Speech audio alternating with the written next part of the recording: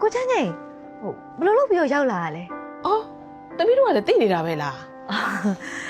သိတာပေါ့မေရဲ့မနက်ကလေသမီးကိုဈေးထဲမှာကူညီပြီးတော့စိုက်ကယ်နဲ့လိုက်ဖို့ပေးခဲ့တာကိုချမ်းချင်းပဲလေ အော်ကျေးဇူးတင်ပါတယ်သားရဲ့ ရပါတယ် အော်ဒါနဲ့လေတာအန်ဒီတို့အိမ်ကိုတစ်ခါမှမရောက်ဘူးသေးဘူးမလားကြုံတော့လေဝင်းလဲသွားပါအောင်နော်တာနော် ဟုတ်ကဲ့ပါအန်ဒီဒါဆိုအေးမြတ်ကဒေါနာရဲ့ညီမလေးမဟုတ်လား ဟုတ်တယ်လေသားရဲ့ အခုတပ်ပါလက်ဖက်လေးလက်စား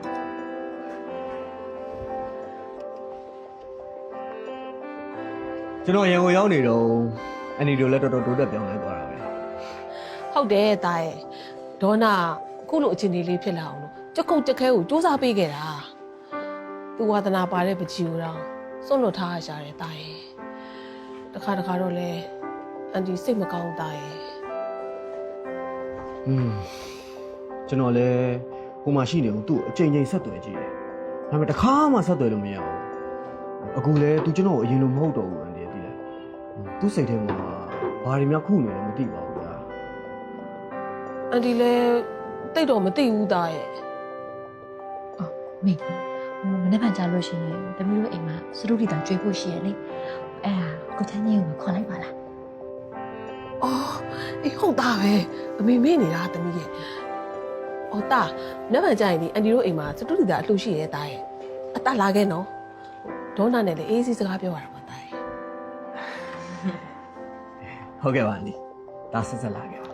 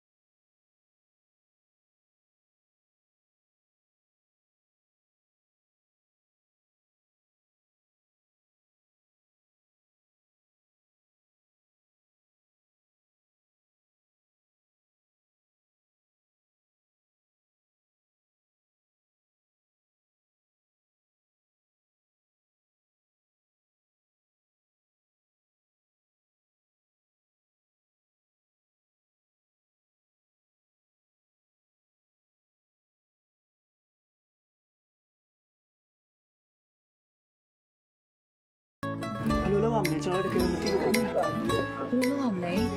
ဘယ်လိုလုပ်ဖို့မလဲ ကျွန်တော်တော့ရှင်းလိုက်မယ်